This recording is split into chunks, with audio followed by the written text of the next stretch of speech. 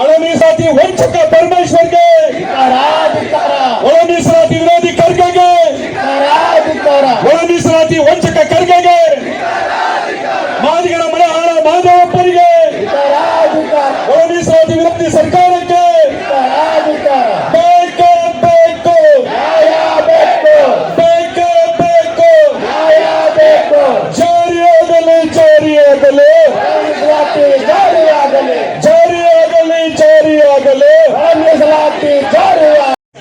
ಇವತ್ತು ನಮ್ಮ ಸರ್ಕಾರ ಮಾನ್ಯ ಮುಖ್ಯಮಂತ್ರಿಗಳಾದ ಸಿದ್ದರಾಮಯ್ಯ ಅವರ ನೇತೃತ್ವದಲ್ಲಿ ಏನು ಒಳ ಮೀಸಲಾತಿಯ ವಿಷಯದ ಬಗ್ಗೆ ಒಳ ಮೀಸಲಾತಿ ಆಗಬೇಕು, ಅದಕ್ಕೆ ನಮ್ಮ ಬದ್ಧತೆ ಇದೆ ಅಂತ ಸ್ಪಷ್ಟವಾದಂಥ ಒಂದು ಅಭಿಪ್ರಾಯವನ್ನು ನಾವು ನಮ್ಮ ಪ್ರಣಾಳಿಕೆಯಲ್ಲೂ ಕೂಡ ಹೇಳಿದ್ದೇವೆ, ಅನೇಕ ಸಭೆಗಳು ಕೂಡ ಹೇಳಿದ್ದೇವೆ ಮತ್ತು ಸಚಿವ ಸಂಪುಟದ ತೀರ್ಮಾನದಲ್ಲೂ ಕೂಡ ಒಳ ಮೀಸಲಾತಿಯನ್ನು ನಾವು ಜಾರಿ ಮಾಡತಕ್ಕಂಥ ಕ್ರಮ ಕೂಡ ಏನು ಹೆಚ್ಚು ಮೀಸಲಾತಿಯನ್ನು ಹೆಚ್ಚು ಮಾಡಿ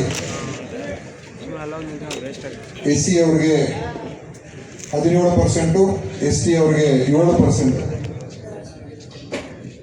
15ರಿಂದ 17 SC ಆಯಿತು, 3ರಿಂದ 7 ST ಆಯಿತು.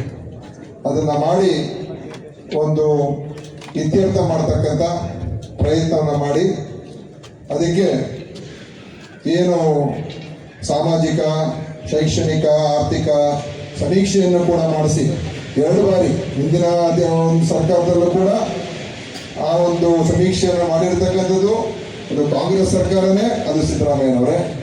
ಈ ಸಲನೂ ಕೂಡ ಯಾಕೆಂದರೆ ಅದು ಹಳೆಯ ಸಮೀಕ್ಷೆ ಆಗಿತ್ತು, ಕೋರ್ಟ್ಗಳಲ್ಲಿ ಆ ಸಮೀಕ್ಷೆಗಳನ್ನು ಯಾವ ರೀತಿಯಾಗಿ ನೋಡ್ತಾರೋ ಇಲ್ವೋ ಗೊತ್ತಾಗೋದಿಲ್ಲ. ಒಂದು ಪ್ರತಿಯೊಂದು ಸಲ ನಮಗೆ ಎಂಪಿರಿಕಲ್ ಡೇಟಾ ಬೇಕು ಅಂತ ಹೇಳ್ತಕ್ಕಂಥದ್ದು ಯಾವಾಗ ಕೂಡ ಬರ್ತದೆ. ಮಾಹಿತಿ ಡೇಟಾ ಏನು ನಿಮ್ಮ ಹತ್ರ ಇದೆ, ಹೇಗೆ ಇದನ್ನು ತೀರ್ಮಾನ ಮಾಡಿದ್ರಿ, ಒಳ ಮೀಸಲಾತಿ ಯಾವ ರೀತಿಯಾಗಿ ಮಾಡಿದ್ರಿ ಅಂತ ನ್ಯಾಯಾಲಯಗಳಲ್ಲಿ ಬರುತ್ತೆ ಅಂತ ಹೇಳಿ ಇದನ್ನ ಯಾವುದೇ ಕಾರಣ ಕೂಡ ಆ ಸಮಸ್ಯೆ ಮತ್ತೊಮ್ಮೆ ಬರಬಾರ್ದು ಅಂತೇಳಿ 2ನೇ ಬಾರಿಗೆ ಎಷ್ಟೇ ಅದಕ್ಕೆ ಅಡಚಣೆ ಕಷ್ಟ ಬಂದರೂ ಕೂಡ ಇದನ್ನ ಆ ಒಂದು ಸಮೀಕ್ಷೆಯನ್ನ ಬಹಳ ಯಶಸ್ವಿಯಾಗಿ ಮಾಡಿಸಿ ಸನ್ಮಾನ್ಯ ಜಸ್ಟಿಸ್ ನಾಗಮೋಹನ್ ದಾಸ್ ಅವರ ನೇತೃತ್ವದಲ್ಲಿ ಆ ಒಂದು ಸಮೀಕ್ಷೆಯ ವರದಿ ಕೂಡ ಸರ್ಕಾರಕ್ಕೆ ಅವರು ನೀಡಿದ್ದಾರೆ. ಅದರ ಆಧಾರದ ಮೇಲೆ ತೀರ್ಮಾನಗಳಾಯಿತು, ಸಚಿವ ಸಂಪುಟದ ಒಪ್ಪಿಗೆ ಕೂಡ ಆಯಿತು, ಅನುಮೋದನೆ ಆಯಿತು.